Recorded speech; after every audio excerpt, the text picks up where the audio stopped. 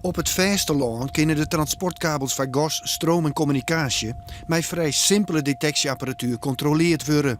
Met de kabels onder de Waadzee terug naar de eilanden ta, wie dat een stuk dreger. Ontnota. Want de netwerkbeheerder Liander liet in Amerika speciale meetapparatuur ontwikkelen. Het is het enige in de wereld, inderdaad. Maar de belangen ben je zo groot dat het bedrijf Alliander daar gewoon geld in investeerd had om dit van elkaar te krijgen. Is het een duur systeem? Het is een vrijprijzensysteem, ja. En wat betekent dat, vrijprijzen? Nou praat je samen over €100.000. Een onderzoeksteam van Liander kan nou met de speciale apparatuur meten hoe diep de kabels in de groen onder het water liggen.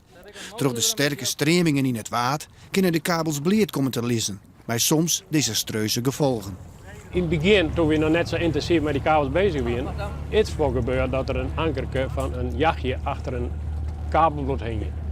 En die ben ze kwijt. En als je in volle stroom achter een kabel hing, ja, dat kan een bepaald gevaar opleveren. Wat voor gevaar? Nou, een zeilbootje kan omlutsen worden bijvoorbeeld. Maar visserij kan ook omlutsen worden. Want je ziet een visserij heeft 2 bomen aan beide kanten. Als 1 boom hekt, dan kan een schip geen kapseizen. Dus voor uw stroomvoorziening is het belangrijk dat ze onder de grond komen. Maar ook voor de veiligheid van de scheepvaart. Boven dat kost het een reparatie onder water meer dan 3 ton. Dat kan voorkomen worden nood met de speciale apparatuur het meerteam opsporen kan waar de kabels onder oppervlakte komen. Hoeveel meter groen moet er boven die kabel zitten? Nou, we streven er toch wel naar dat er een meter boven zit. Een meter? Ja, Dan is het goed, dan is het veilig. dan is het veilig. Ja. En hoe liep het op dit stuit met de kabel? Zoals we nu zitten, schommelt er tussen de 41 en de 2 meter. Dus dit lijkt op dit plak heel gunstig.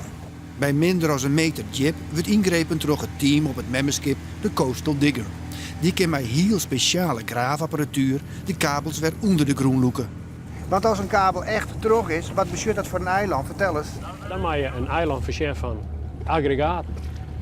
En dat is behoorlijk heftig.